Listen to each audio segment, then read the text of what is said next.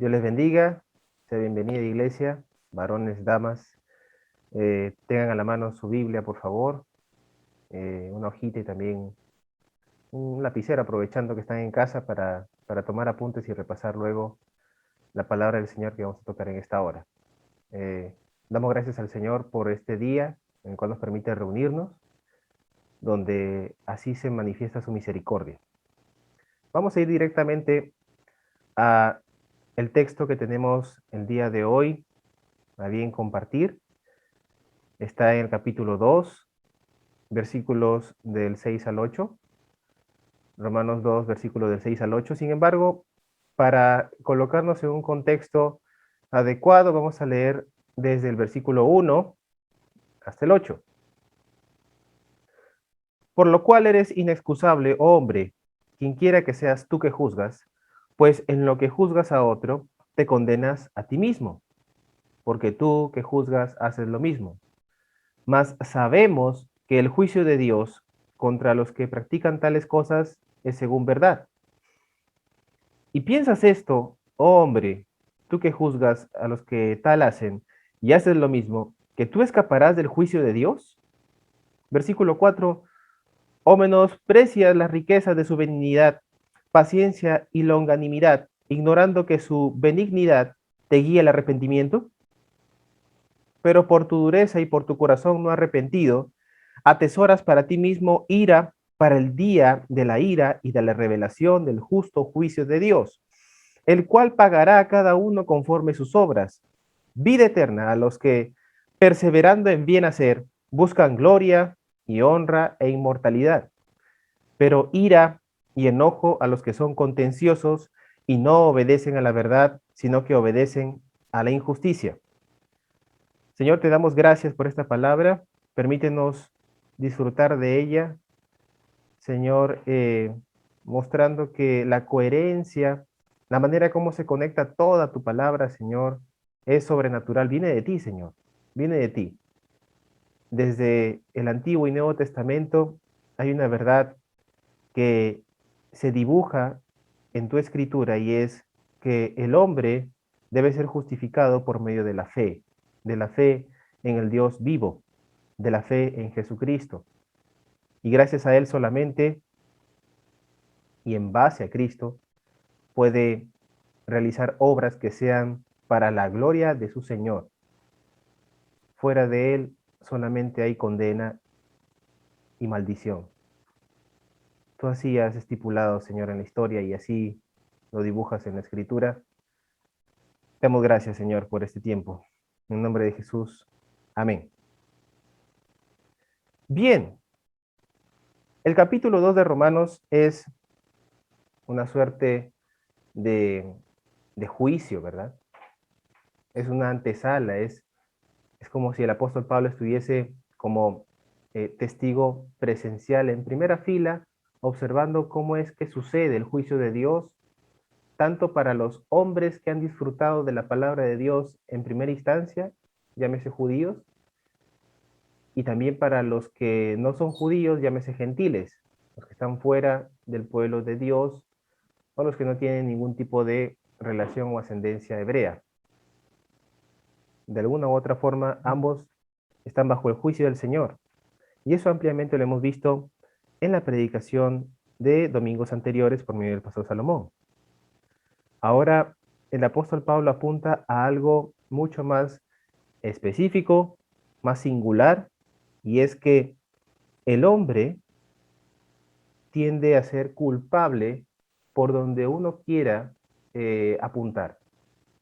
Desde el punto de vista moral, si no se sujeta a la ley del Señor, está yendo en contra de esa ley santa y por lo tanto va a recibir juicio. De un punto de vista jerárquico, la autoridad máxima está a los pies o se encuentra a los pies de Jesucristo, en Jesucristo, y fuera de él solamente encontramos rebeldía. Si no nos sujetamos a él, encontramos rebeldía. Esa rebeldía se puede traducir de la manera más coloquial posible. Por ejemplo, si nos topamos con una persona que ejerce un cargo público, así sea el más humilde de todos, una persona que se encarga de preservar la, digamos, la seguridad de las calles, un sereno, por ejemplo, y lo menospreciamos porque es, decimos muchas veces, lamentablemente ha pasado, solo es un sereno, solo es una persona que se encarga de llevar a cabo esa tarea, y menospreciamos esa tarea, en algunas ocasiones ha pasado. Sin embargo, esa persona tiene autoridad, y así también el policía tiene autoridad, no importando si es corrupto o no. Ese hombre no sabe que trabaja para la autoridad del Señor. Está ciego todavía. Pero si es creyente, sabe con mucha mayor razón de que tiene que ejercer justicia porque así lo ha dictaminado el Señor según Romanos 13. Sin embargo, el hombre va en contra de la ley porque quiere hacer su voluntad. En mayor o menor grado, usted y yo somos culpables. El judío es culpable y el griego también, el que se encuentra fuera de los linderos de los cristianos o de los hebreos en primera instancia. Y el apóstol Pablo menciona en el versículo 6 lo que detona el mensaje de hoy, el cual pagará a cada uno conforme a sus obras. Antes de ello, el apóstol Pablo menciona que el juicio de Dios es justo. ¿Quién puede llevar a cabo un juicio justo sino el que justifica perfectamente? ¿Quién más puede llevar un juicio justo si no es el Señor? ¿El hombre puede llevar un juicio justo? Puede bien dirigir su conciencia a las leyes morales establecidas y puede escucharla porque este es el sello que el Señor ha puesto de su majestad en el hombre. Justo está ahí en el mismo capítulo, Romanos 2:15, mostrando la obra de la ley escrita en sus corazones, dando testimonio a su conciencia y acusándoles o defendiéndoles sus razonamientos. El hombre sabe que existe el Señor porque hay valores morales objetivos universales, o sea, el hecho de no matar es totalmente válido y necesario aquí y en cualquiera sea las partes del mundo, en cualquiera que sea, el lugar que sea, donde sea, es válido. ¿Por qué? Porque la dignidad del hombre grita por la mano soberana del Señor.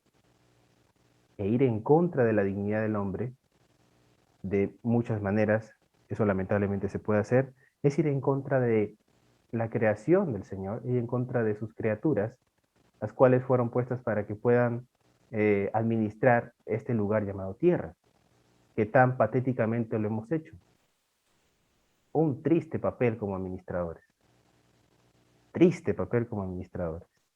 Todos nosotros. Y no necesariamente apuntando a Adán. Nosotros también. A veces administramos muy mal el tiempo que tenemos libre. Y lo tiramos literalmente a la basura. Porque preferimos ver muchas veces una serie, una película que no está mal, pero no compartimos con los seres que amamos lo más importante, que es la palabra. No vale de nada compartir con la familia si no se comparte el evangelio, ¿verdad? Sino, ¿qué otra cosa más importante puedes compartir? Sí, hay un tiempo para recrearnos. Por ejemplo, últimamente estamos adoptando un hábito, se puede decir. Queremos adoptar el hábito de salir los domingos a tomar un poco de aire, a manejar un poco de bicicleta. Y eso es válido. Pero primero, hermanos, en nuestro Señor, y debemos de tomar la porción de la Escritura y lavarnos constantemente, porque allá afuera hay un mundo hostil y dentro de nosotros hay el potencial para fallar al Señor de maneras múltiples. Así que lo más probable es que falles a que permanezcas en santidad, en comunión. Tenemos que velar constantemente y orar, porque el espíritu está dispuesto, y es lo que dice el Señor Jesucristo también referente a Romanos 7. El hombre del interior quiere hacer lo bueno, pero el hombre exterior está viciado y hace su voluntad. Y viene ese juego de palabras del apóstol Pablo que es genial. Lo que quiero hacer, no lo hago, sino lo que quiero hacer, lo que no quiero hacer, eso hago. Lo que detesto, lo que aborrezco, termino finalmente haciéndolo. Y hay una pelea entre el hombre espiritual o la realidad espiritual, la realidad carnal. Y el hombre se da cuenta que es un miserable, El apóstol Pablo grita, miserable de mí, ¿quién me va a librar de este cuerpo de muerte donde existe esta casi doble forma de actuar? Las gracias sean dadas al Señor Jesucristo, dice el apóstol Pablo al final de Romanos 7, ¿verdad? Pero volviendo al tema de la dureza del corazón y por lo tanto también que el Señor va a pagar conforme a las obras del hombre, recordemos que esto no es una declaración de que seguimos en un pacto de obras y tampoco es una declaración de que los que, digamos de manera minimalista, resumida, los que se portan bien van a, van a heredar vida eterna y los que se portan mal van a heredar, eh, van a heredar el infierno, van a cosechar dolor. El caso, hermanos, es que este texto apunta exclusivamente a una separación bien delimitada entre salvos y no salvos, entre justos e injustos, entre hombres que han sido rescatados por el Señor Jesucristo y el grupo que ha decidido rechazarlo abiertamente, que ha decidido tomar a la sangre del Señor Jesucristo lamentablemente como inmunda, tal como menciona Hebreos 10, vamos a ver más adelante. Ese es el caso. Antes de estudiar el pasaje, en muchas ocasiones me ha pasado que yo lo observo y digo, bueno, es como una especie de galardón a los que buscan, a los que perseveran en la gloria y la honra y la inmortalidad, los que quieren trascender. Y lo veía de una manera humanista, ¿verdad? El hombre todavía puede reformarse solamente, el hombre puede encontrar, hay esperanza todavía en el hombre puede dirigirse hacia un mañana mejor si es que se lo propone. Esa era mi forma de ver sin estudiar el pasaje años atrás y ya me había topado con este texto. Pero a la luz de la palabra, hermanos, el capítulo 2 exige otra interpretación, una interpretación precisa, es que el Señor va a juzgar en un justo juicio, pero para juzgar en un justo juicio tiene que aparecer el juez y nuestro justificador. Y el juez y justificador por excelencia es el Señor Jesucristo. Por lo tanto, el único que puede ejercer un justo juicio, el justo juicio de Dios, es el Señor Jesucristo, a quien Dios puso en propiciación por nuestros pecados y por medio del cual, y por medio de su sangre, nosotros somos hechos libres de culpa, somos inocentes, somos declarados por el sacrificio de Cristo inocentes. No hay ninguna forma en la cual yo participo de ese misterio de la salvación. La sangre de Jesús alcanza al hombre, lo redime, lo compra, y ¿sabes qué? Jesucristo no solamente intercede por mí, no solamente intercedió por mí hace más de 2000 años, sino que Él está intercediendo constantemente por mí, está delante del Padre para interceder perpetuamente. Hay un texto que es muy hermoso referente a eso, Romanos 8:34. ¿Quién es el que condenará? Cristo es el que murió, más aún el que también resucitó, el que además está a la diestra de Dios, el que también intercede por nosotros. Él intercede perpetuamente por sus hijos, a fin de justificarnos. Y en el día del trono blanco del Señor, el mismo que es juez es nuestro abogado. Lamentablemente, un oficio tan loable se ha visto tomado a menos, el derecho.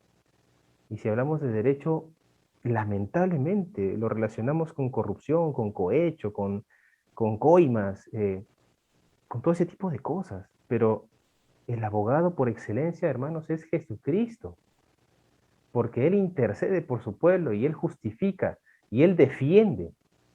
No hay abogado más extraordinario que Jesús. Y es el único abogado que ejerce la misma profesión en excelencia de juez, el que administra justicia, el que declara si eres culpable o inocente. Ese es el Señor Jesucristo. Por lo tanto, el versículo 6 no apunta a un pacto de obras, sino es una distinción entre salvos y no salvos. ¿Sabes una cosa? El impío, según este texto, será castigado conforme a sus obras y según sus obras. Porque lamentablemente hay magnitud de putrefacción en el pecado. Como diría el pastor Sogel Michelén, el pecado solo trae degradación, no es un estado quieto, es degradación, degradación, degradación. El hombre a sí mismo se destruye, se hace pedazos, de adentro hacia afuera, porque ese es el accionar del pecado, la destrucción moral, particularmente moral. Dicho sea de paso, todos los reinos del mundo han caído por la inmoralidad. La inmoralidad hizo que los romanos caigan, hizo que los griegos caigan, hizo que los babilonios, medos persas, todas las culturas han tenido exceso de ese tipo y fueron destrozadas producto de ese carácter viciado con respecto a la moralidad. Pero van a ser juzgados según sus obras y conforme a ellas. Pero los que son salvos, hermano, hay un fenómeno diferente allí, hay una forma diferente de observarlo. Los que son salvos van a ser recompensados conforme a las obras de Cristo, conforme a las obras de Cristo, y en base a las obras de Cristo, en adelante, van a ser recompensados porque las obras que realicemos de aquí en adelante, en un inicio fueron realizadas por Cristo, recuerda, la obra máxima es la redención, en base a ese hito, a ese lugar, a ese momento, en base a esa circunstancia, el Señor nos va a permitir disfrutar de recompensas para la gloria y honra suya. Fíjate que es total, diametralmente opuesto, ¿verdad? Es como el norte y el sur, es como un imán positivo y un negativo. Los impíos van a ser juzgados conforme a sus obras y a partir de sus obras, que son por demás contrarias a la voluntad del Señor, no tienen nada que ver con la voluntad del Señor. Y los hijos de Dios van a ser recompensados conforme a las obras de Cristo en ellos, porque no son nuestras obras, son las obras de Cristo para su gloria, porque tú y yo hemos sido comprados por precio. Tenemos que glorificar a aquel que nos ha comprado por precio. ¿Cuál fue el precio? Su sangre preciosa. La sangre de Cristo fue el precio para comprarnos, para alcanzarnos, porque la paga del pecado es la muerte, mas la dádiva de Dios es vida eterna en Cristo Jesús. Y esas recompensas, el apóstol Pablo, a lo largo del Nuevo Testamento se mencionan palabras maravillosas, se mencionan palabras importantes. El apóstol Pablo menciona, por ejemplo, en Primera de Corintios 9:5, acerca de una corona incorruptible. Primera de Corintios 9:25, perdón. Todo aquel que lucha, de todo se abstiene. Ellos a la verdad para recibir una corona corruptible, pero nosotros una incorruptible. Pablo está haciendo una separación y una comparación importante.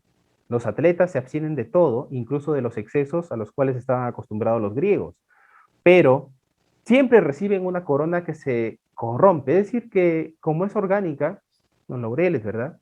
O ya sea metales, o sea algún tipo de galardón, de dinero, de recompensa de ese tipo, va a llegar a tener un final, no va a tener, digamos, una trascendencia eterna. El caso es que el apóstol Pablo apunta a una corona incorruptible. Y esa corona no te pertenece, no nos pertenece, le pertenece a Jesús porque es para su gloria. También observamos en 2 Timoteo 4:8 la corona de la justificación.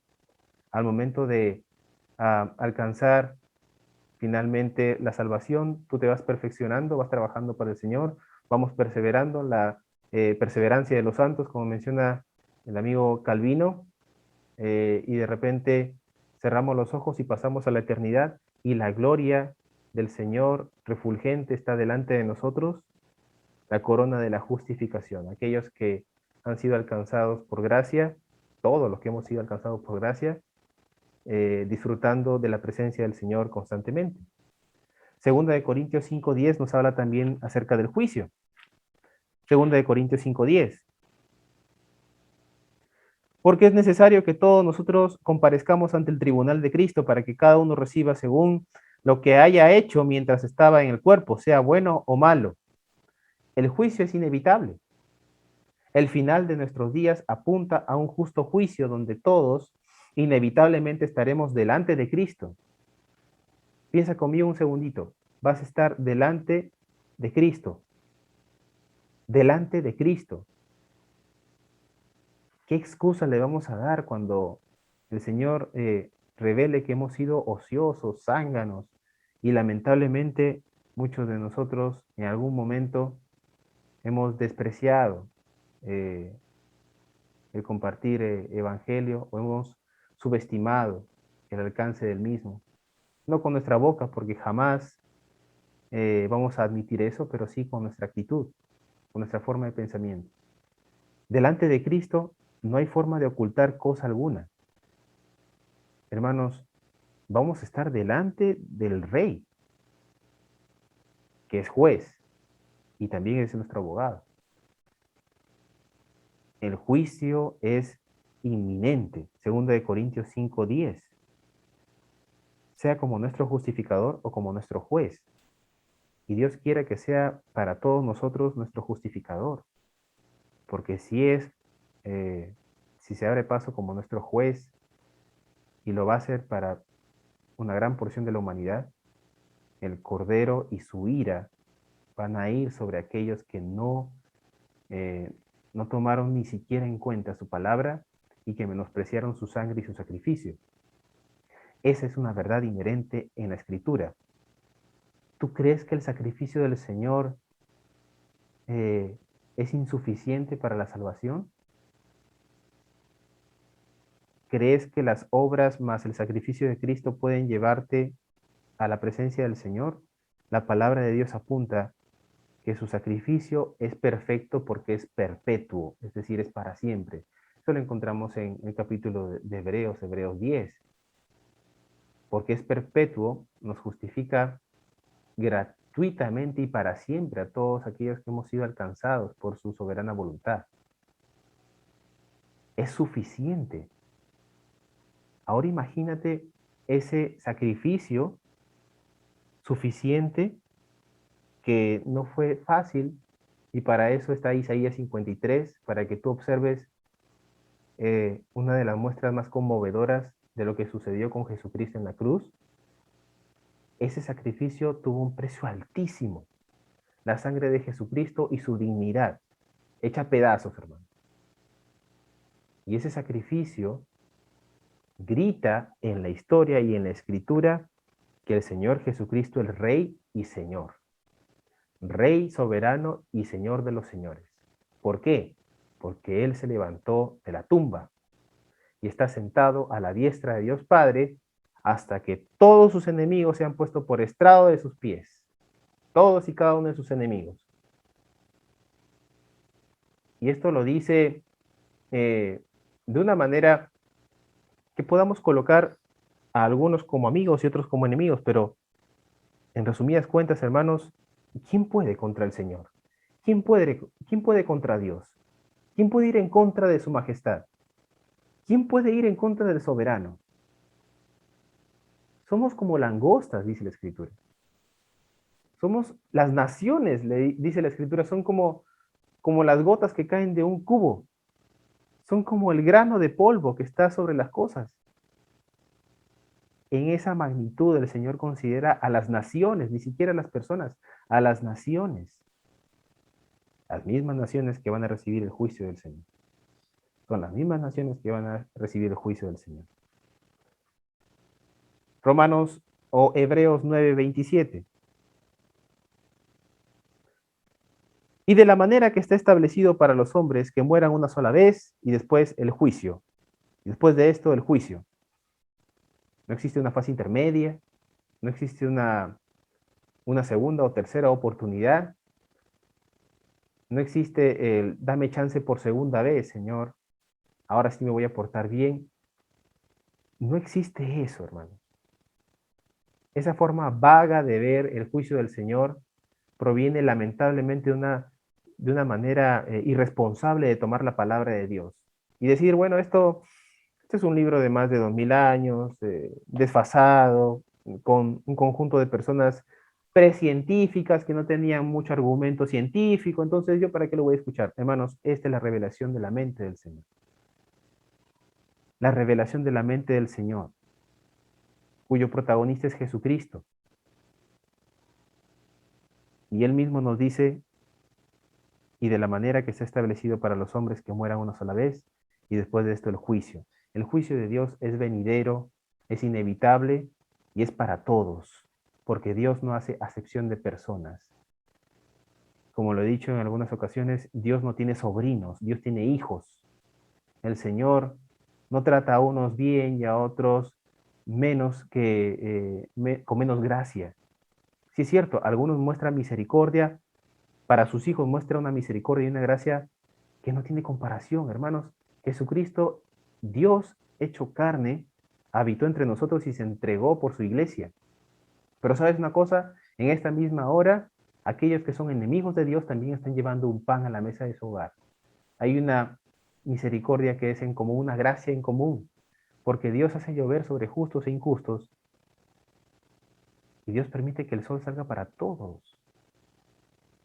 Permite que el sol salga sobre buenos y malos, o sea, sobre los justificados por Cristo y los malditos, los que están en contra del Señor y los que van a ir a la perdición eterna. ¿Por qué? Porque esa es la misericordia de Dios. Pero no es que a sus hijos los trate como con algún tipo de diferencia. Lamentablemente, en algunas ocasiones los padres tienen ese tipo de inclinación. No, este es mi engreído porque se parece a mí. No, este es mi engreído porque es el malcriado o es el más enfermizo. Y ese tipo de cosas. Pero Dios no es como nosotros. De seguro pensabas que yo era como tú. No, no soy como tú. El Señor no es como yo. El Señor es eterno.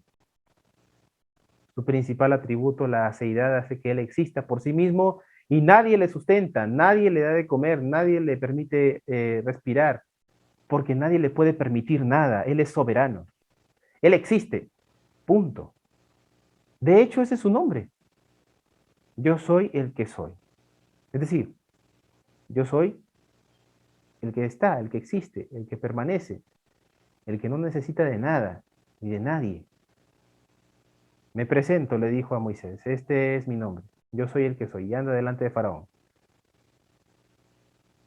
El nombre del Dios de la Biblia es el yo soy. El nombre de Cristo, o uno de los tantos nombres de Cristo, es el yo soy. Está establecido muerte y luego juicio. Hermanos, en Cristo no hay condenación. Gloria sea al Señor por eso. Romanos 8.1. Romanos 8.1. Ya no hay condenación para los que están en Cristo Jesús.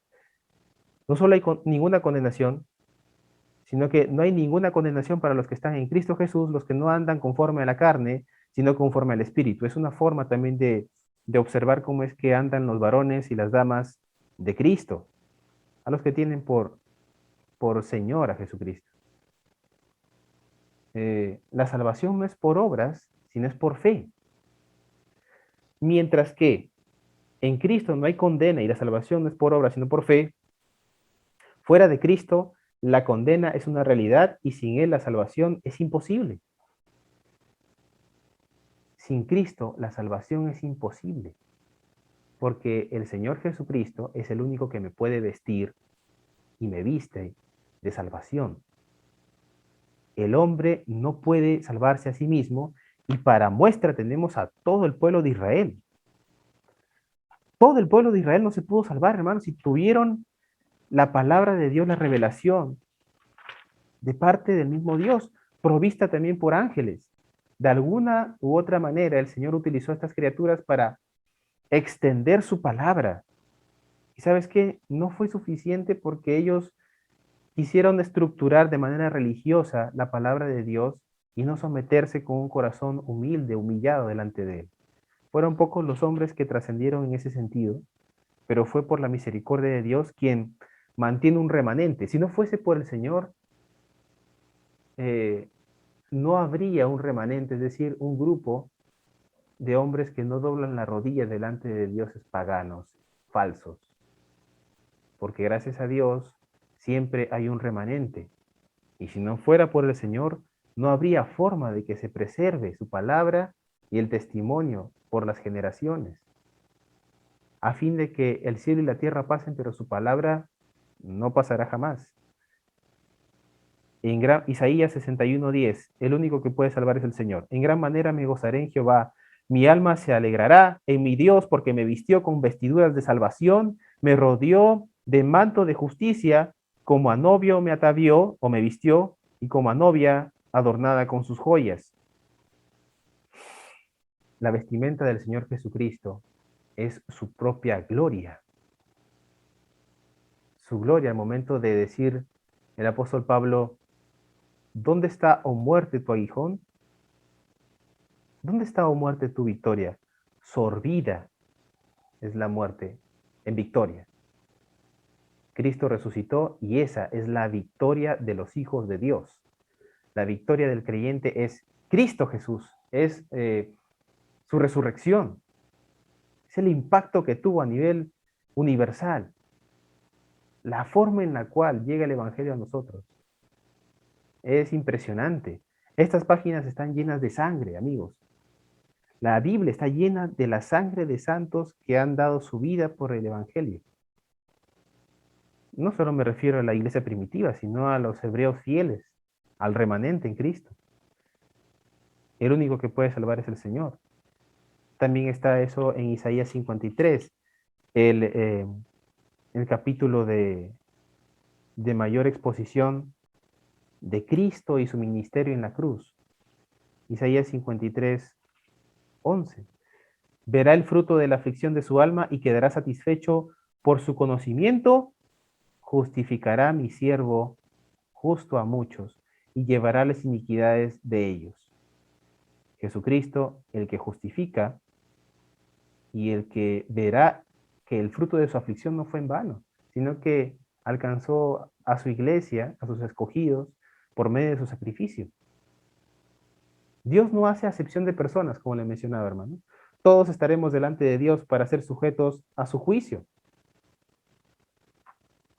Muchas veces pensamos porque el Señor es lento para la ira y rico en misericordia, no va a haber un juicio, porque a veces tenemos en la mente a Dios como un viejito que es muy amable, que es indulgente, al que le reventamos las lunas y sale y lejos de golpearnos da una paleta, una propina.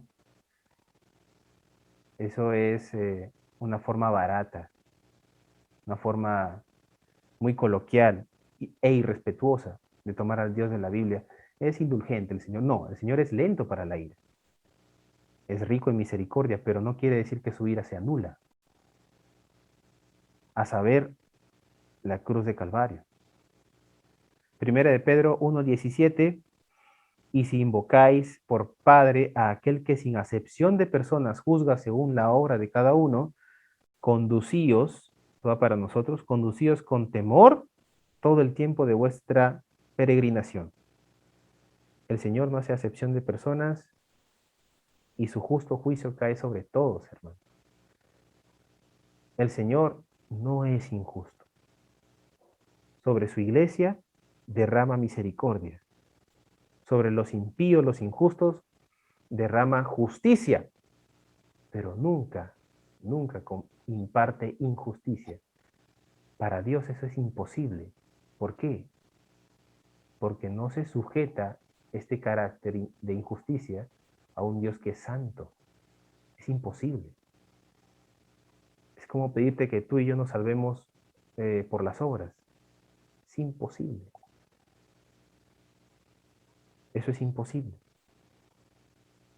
Lo que dice 1 de Pedro 1:17, apúntalo ahí al costadito de tu Biblia, o en una hojita, está también en Deuteronomio 10:17, que el Señor no hace acepción de personas.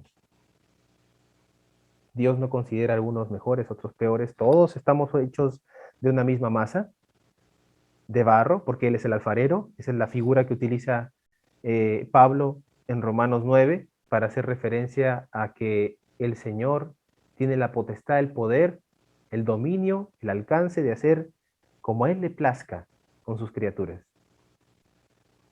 A Él le agrada hacer algunos vasos de honra y otros vasos de ira. ¿Y acaso el vaso de barro le va a decir al Señor, ¿qué es lo que has hecho conmigo? ¿Acaso la criatura tiene la potestad de decidir sobre sí misma? El Creador hace de algunos unos vasos de ira y otros de misericordia. ¿Quién eres tú? ¿Quién soy yo para juzgar al Señor que es perfecto? Eso es, por decirlo menos, una locura, es un suicidio. Colocar al Señor en el banquillo de los acusados y decirle, ¿qué estás haciendo conmigo? Yo te voy a dar un par de clases de cómo debes de dirigir la vida de los hombres. Te voy a dar un par de clases. La arrogancia, si la arrogancia tuviese olor, sería una pestilencia, tendría un hedor horrible. Arrogancia en su máxima expresión. Por eso que Pablo le dice, ¿quién te crees tú? ¿Quién te crees tú, Hans? ¿Quién te crees tú, Salomón? ¿Quién te crees tú, Daniela? ¿Quién te crees tú, Juliet? ¿Quién te crees tú, Rosana? ¿Quién te crees? ¿Quién se cree cada uno de nosotros para juzgar al Señor? ¿Tú le vas a mostrar cómo hacer su trabajo al Señor? Se lo dijo el Señor a Job. ¿Acaso tú tienes siquiera conocimiento de cómo hice la tierra? ¿Siquiera cómo sustento el universo? ¿Siquiera sabes cómo es que, y eso me sorprende, el avestruz, a la cual yo la he privado de conciencia, deja sus huevos y no sabe dónde los deja, pero no se preocupa por ellas porque yo la sustento, yo sustento a sus crías? ¿Tú sabes de eso acaso? Cíñete, yo te voy a preguntar y tú me vas a responder. En la circunstancia que estuvo Job, recuerda, Job era hijo, pero va a ser la misma forma en la cual vamos a estar delante del Señor. El juicio se va a sentir y va a ser estremecedor. Estremecedor. En el versículo 7, el tiempo se pasa volando. En el versículo 7 encontramos lo siguiente. Vida eterna a los que perseverando en hacer bien, estamos en Romanos 2:7. Vida eterna a los que perseverando en hacer bien buscan gloria, honra e inmortalidad. La vida eterna, la gloria eterna, la muestra del apóstol Pablo para la gloria eterna es sin lugar a dudas el entrar a la presencia misma del Señor. No es una forma, una alegoría para que los hombres, sean o no creyentes, busquen la vida eterna, y sí, hay una trascendencia. La conciencia dice, tú sabes, ¿no? Los griegos decían, si pienso, luego vivo, si vivo, luego existo, si existo tiene que haber una causa, y esa causa tengo que llamarle el sol, la luna, las estrellas, la fuerza, pero de alguna u otra manera algo tiene que haber allá. Esa es la conciencia gritando, gritándoles. Y los griegos se jactaban de ser muy sabios y sin embargo Salomón fue la sombra solamente de quien era la sabiduría encarnada, quien es Jesucristo.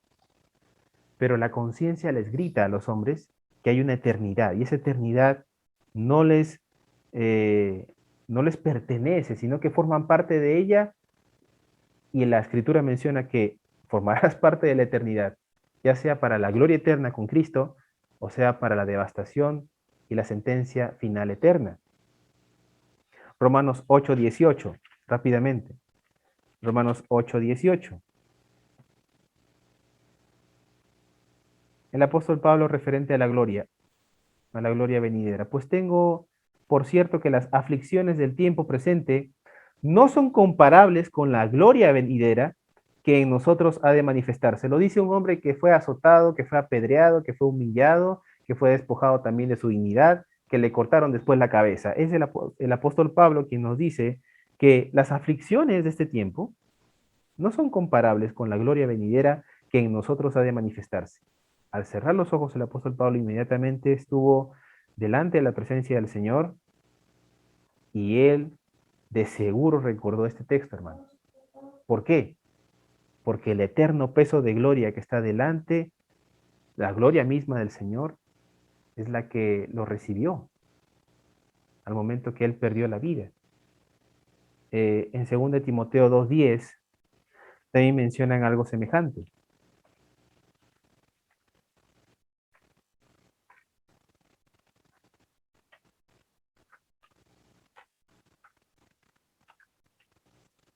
Muchas veces desestimamos la manera en la cual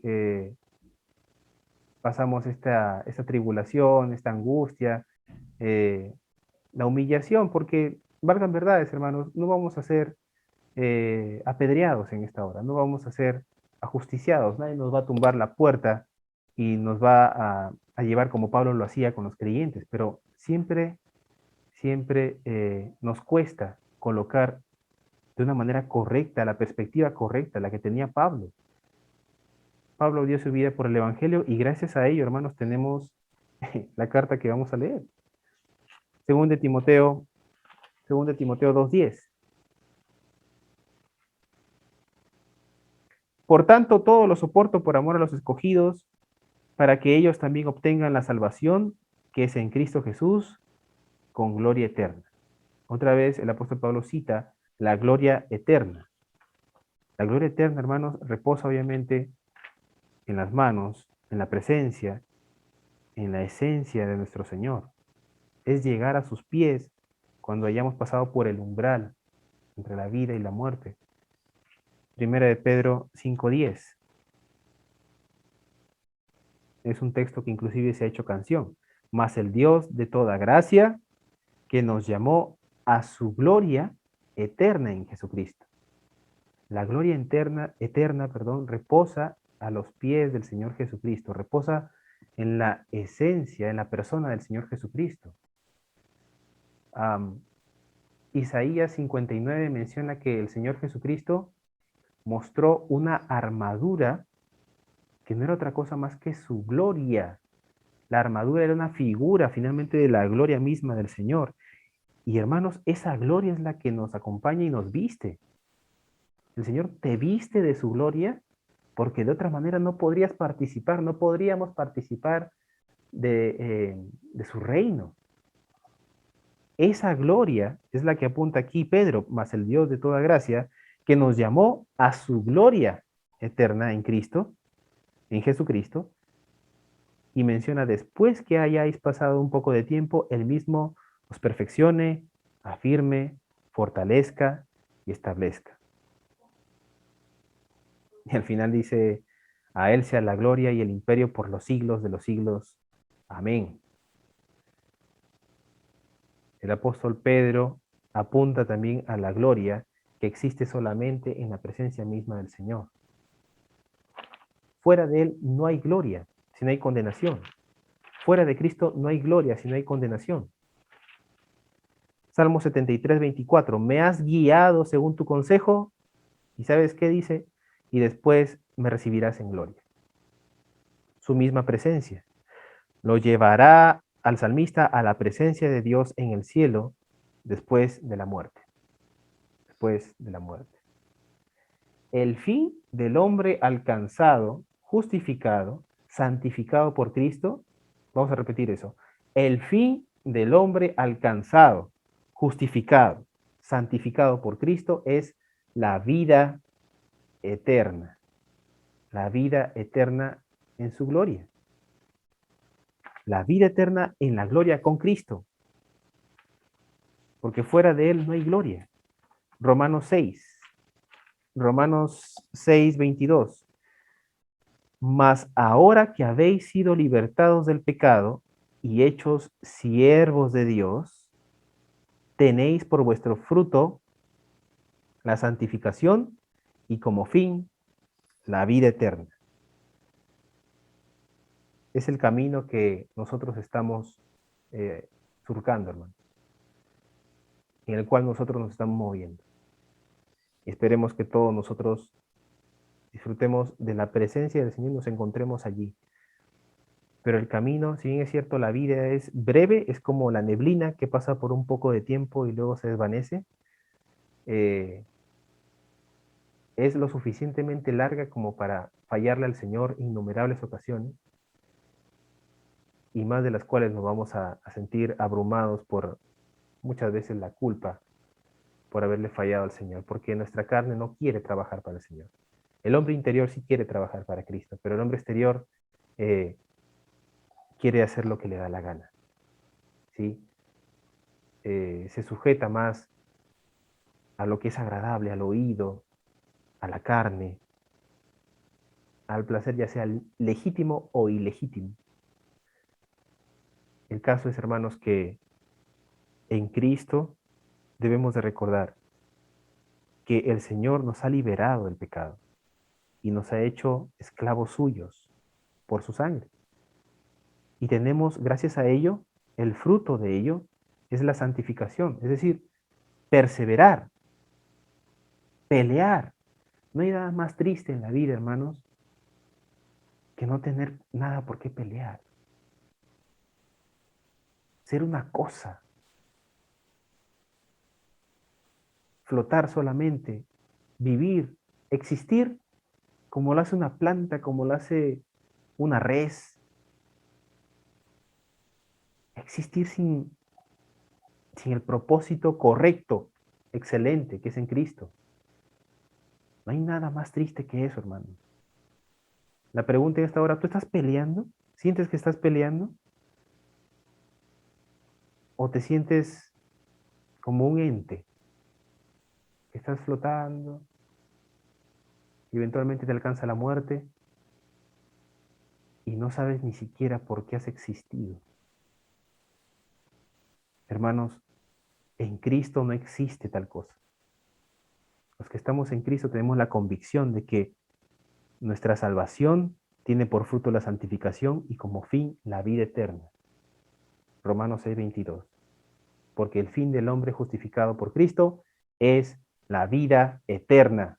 Somos atletas del Señor, somos siervos del Señor, trabajamos para una corona incorruptible, trabajamos para una recompensa eterna, no perecedera, que no se pudre, que no se mancha. La polilla no puede contra este fruto, la polilla no puede y el orín tampoco corroe este fruto, sino que todo lo contrario, permanece. La gloria del Señor refulgente nos alcanza y nos viste para dar eh, a su tiempo el fruto, que es para su gloria y su honra. En el versículo 8 tenemos finalmente que la ira y el enojo es parte para los que son contenciosos y no obedecen a la verdad, sino que obedecen a la injusticia o a la maldad. Estos son los hombres que no han sido alcanzados por la misericordia del Señor o que han decidido tomar la sangre de Cristo y tomarla y recibirla como inmunda.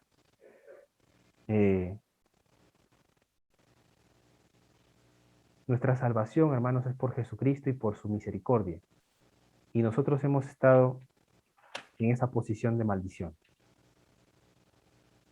Por eso debemos demostrar misericordia, predicando el Evangelio. Y si bien es cierto, no debemos de lanzar las perlas a los cerdos, porque lo que está en el Evangelio, hermanos, son joyas preciosas, perlas, que no van a perecer, sino que van a trascender para vida eterna. Pero debemos de alcanzar a las mayores almas posibles, arrebatándolas del infierno, obviamente por la providencia del Señor, porque tú y yo somos solamente herramientas en las manos de el que es excelente y es perfecto para usarnos. Pero hermanos, nosotros hemos estado, los que hemos sido redimidos, hemos estado en la posición de maldición. Hemos sido enemigos de Dios, hemos sido malditos en su momento, porque maldito es el hombre que no confirmare las palabras de la ley para hacerlas, o el que se rehúse a realizarlas, a hacerlas, a someterse. Y la paga de esto es la muerte. Pero gracias sean dadas al Señor porque Él nos ha pasado de tinieblas a la luz que hay en Cristo, la luz admirable. Segunda de Tesalonicenses 1:9. Aquellos, refiriéndose a aquellos que rechazaron al Señor Jesucristo, aquellos que desobedecen el Evangelio de Cristo, los cuales sufrirán pena de eterna perdición, excluidos de la presencia del Señor y de la gloria de su poder. ¿Recuerdas cuando tocamos el tema referente a la ira de Dios? ¿Cuál era la muestra más clara e inequívoca de que la ira de Dios estaba sobre el hombre, sobre la mujer que rechaza su palabra? Era la eterna perdición, era el abandono espiritual. El abandono espiritual. Y esto no es solamente para un tiempo, ni tampoco para unos cuantos cientos de siglos, sino que es por la eternidad, por los siglos de los siglos de los siglos. El Señor Jesucristo en Lucas 16, 26, además de todo esto, dice, hay una gran cima que está puesta entre nosotros, un espacio el cual no se puede trasvasar, el cual no se puede cruzar, el cual ya sea que los que están en la constante de tormento quieran pasar para allá, al seno de Abraham o al descanso eterno con el Señor, no pueden. Y a su vez tampoco los que están allí pueden pasar al tormento eterno, sino que hay una gran cima, está puesta sobre nosotros, entre nosotros y vosotros, de manera que los que quisieran pasar de aquí a vosotros no pueden ni de allá para acá, o de allá pasar acá. Y la cima es una separación, es un socavón, es un espacio imposible de cruzar. Es un lugar que el Señor ha colocado para mostrar el tamaño espacio que hay entre la maldición y la bendición de gozar la presencia en la presencia de Cristo. La forma de abandono divino es la mayor muestra de la ira de Dios sobre el hombre. Jueces 16:20, Primera de Samuel 16:14, Salmos 81:12, Romanos 1:24. El Señor es misericordioso y lento para la ira, pero no creas que no existe esa ira todavía. Hemos visto a lo largo de la Escritura que el Señor Jesucristo, el mismo Cordero, va a estar delante de los impíos, de los que escupieron su cara, de los que tomaron su sangre preciosa por inmunda, y Él mismo va a impartirles justicia. El Cordero manso y humilde se va a formar, va a adoptar la postura o el nombre de el León de Judá y va a impartir justicia destrozando a sus enemigos, mostrando que Él es soberano y que su sangre preciosa tenía un propósito por el cual estaba siendo derramada. Romanos 1:24, por lo cual Dios los entregó a la inmundicia en las concupiscencias de sus corazones, de modo que deshonraron entre sí sus propios cuerpos. El abandono divino hace que el hombre finalmente se precipite hacia el mal y se destruye más rápido. El hombre se destruye más rápido porque lo único que lo retiene, esa putrefacción, es Dios mismo. Dios mismo contiene los corazones de los hombres a fin de que ellos no se perviertan más.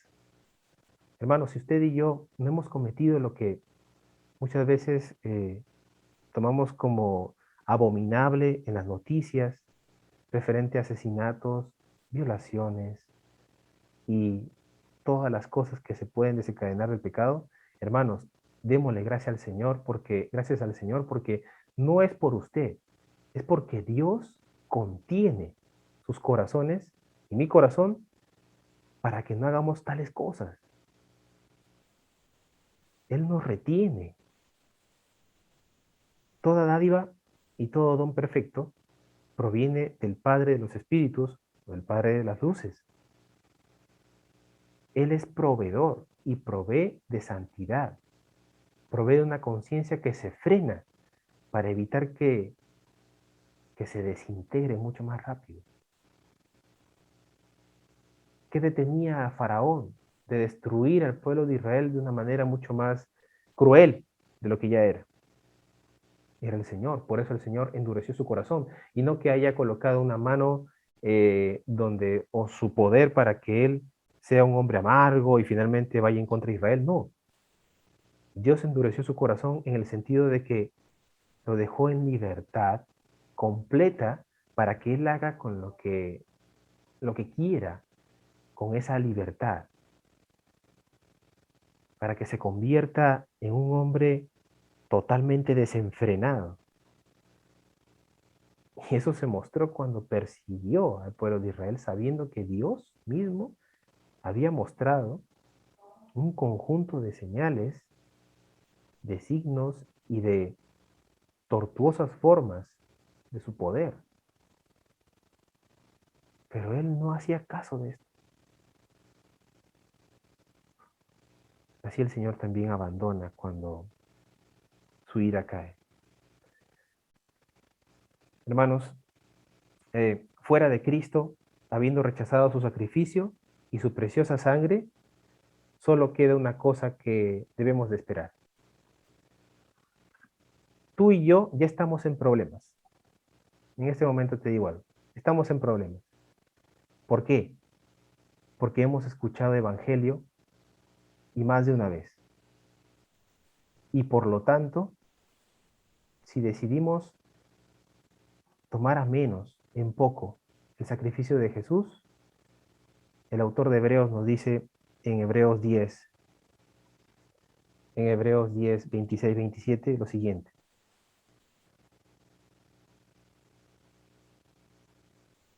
El Señor mismo nos permite, el Señor mismo nos permite pasar por un conjunto de situaciones para que expectemos finalmente, expectemos. Hebreos 10, del 26, 27 y 31. Porque si pecáremos voluntariamente después de haber recibido el conocimiento de la verdad, ya no queda más sacrificio por los pecados, sino una horrenda expectación del juicio y de hervor de fuego que ha de devorar a los adversarios. Versículo 31. Horrenda cosa es caer en manos del Dios vivo. Hermanos, esta palabra viene de un hombre que describe en todo el libro de Hebreos, que describe a Jesucristo como nuestro máximo representante, intercesor y sacerdote. Y aquí nos dice que aquellos que hemos escuchado y hemos disfrutado de el susurro del Señor en su palabra y de Cristo por medio del Evangelio, y decidimos en un momento apostatar, ir en contra del Señor, no queda más sacrificio, hermano, porque ya se hizo todo lo que tenía que hacerse. Si tú decides rechazar al Señor Jesucristo después de haber escuchado el Evangelio, este Evangelio, el Evangelio de la gracia del Señor Jesucristo, ya no queda más sacrificio, hermano, sino una horrenda expectación de juicio y de hervor de fuego que ha de devorar a los adversarios. El que viola la ley de Moisés por el testimonio de 2 o 3 testigos muere irremisiblemente. Eso está en la ley del Señor, del Deuteronomio. Versículo 29. ¿Cuánto mayor castigo pensáis que merecerá el que pisoteare al Hijo de Dios? Escucha, hermano, y tuviere por inmunda la sangre del pacto, en la cual fue santificado e hiciere afrenta al Espíritu de gracia. ¿Qué crees que merece el hombre que pisotea la sangre del Señor Jesucristo y la toma por inmunda? Y tú me puedes decir, no, eso es imposible, yo no lo podría hacer. Pero lo hacemos cada vez que menospreciamos su palabra.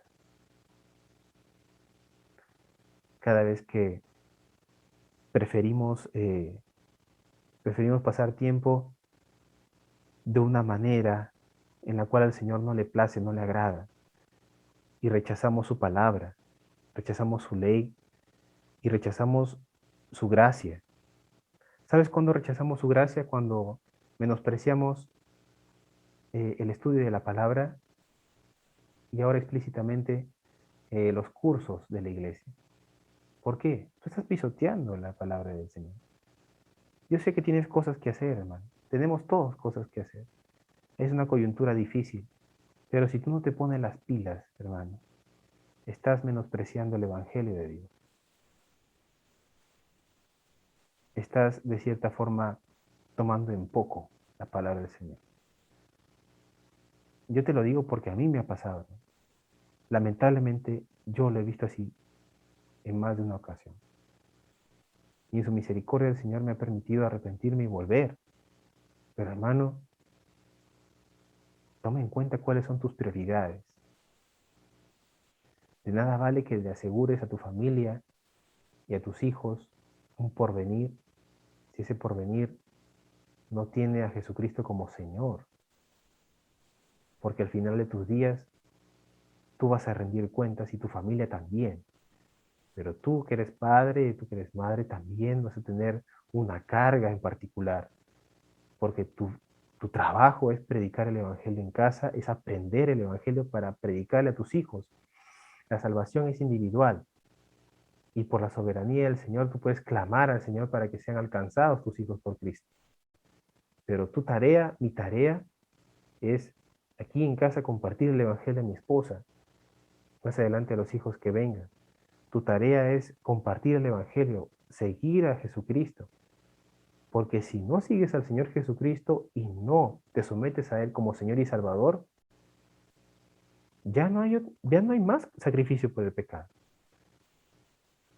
Estás pecando voluntariamente, yendo en contra del Señor que no solamente hizo lo necesario, sino que hizo lo imposible, salvar por, por su sacrificio.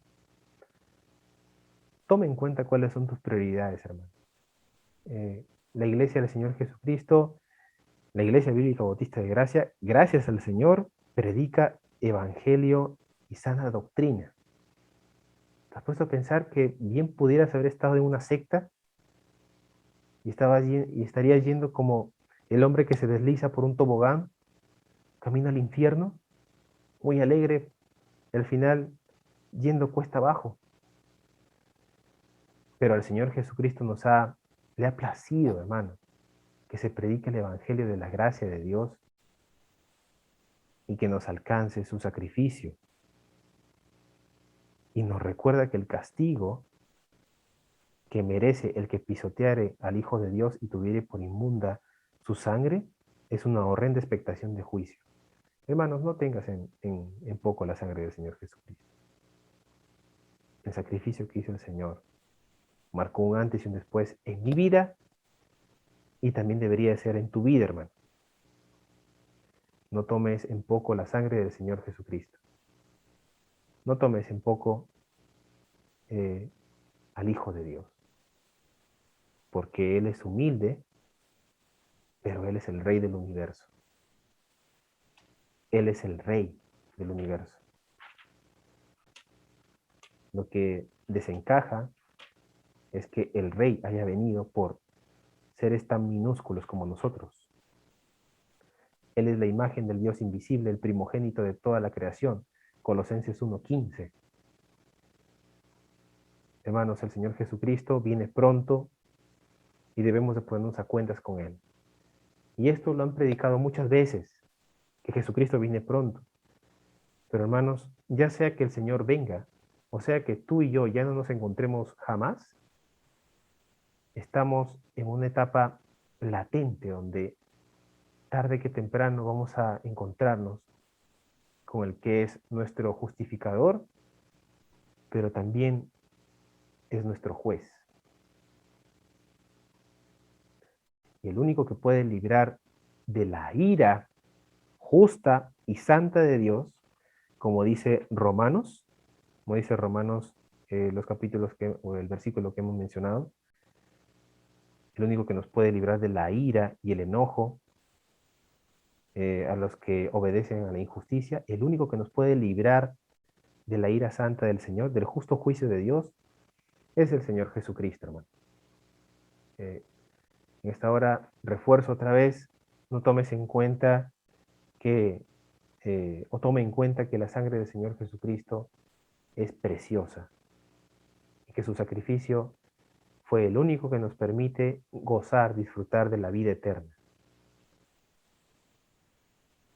Y el autor de Hebreos te hace una pregunta para que tú pienses, ¿qué merece el hombre que pisotea al Hijo de Dios? Obviamente no es literal, pero es figurativo cuando tú menosprecias su palabra. Y así, hermanos, te pido que oremos para darle gracias al Señor por su palabra. Damos gracias, Señor, en esta hora donde tú nos muestras que cuando cerremos los ojos, Señor, vamos a encontrarnos con una realidad espiritual inevitable, Señor, que no se puede negar tampoco, Señor, y que vivimos a diario, Padre. Gracias, Señor, porque en ese momento vamos a conocer de una manera personal, así como lo hacemos ahora por su palabra, pero allí nuestros ojos directamente verán al que, al que no sucumbió al pecado, al que es perfecto, al que es justo y al que nos libera de la culpa que solo proviene por nuestra rebeldía. Dios encarnado, el Señor Jesucristo. Gracias te damos, Señor, porque en esta hora otra vez tu misericordia se extiende, Señor. Una vez más. Permítenos, Señor, no ser de duro corazón, no ser tercos, contumaces, Señor. No ser de corazón de piedra, Señor, sino que tu palabra que traspasa todo, Señor, y llega y separa el alma y el espíritu, nos permita disfrutar de, de la salvación que solamente existe en Cristo. Porque para eso tú viniste, Señor, para salvar, para sanar. Tú viniste a buscar y a salvar lo que se había perdido, Señor. Estábamos perdidos en delitos, pecados, muertos, pero Señor, la vida que tú nos entregas, la vida en abundancia que tú nos das, es la que vamos a disfrutar desde aquí y para siempre, Señor. Gracias, Señor, porque en ti encontramos salvación y provisión. Provisión de tu justicia y de tu misericordia. Te bendecimos en esta hora, Señor, porque tu palabra es verdad, Señor. Santifícanos en tu palabra, Señor. Tu palabra es verdad. En el nombre de Jesús, gracias, Señor, por ese tiempo. Gracias por un día más de misericordia, Señor. De misericordia. Un día más de tu gracia. En el nombre de Jesús. Amén. Amén.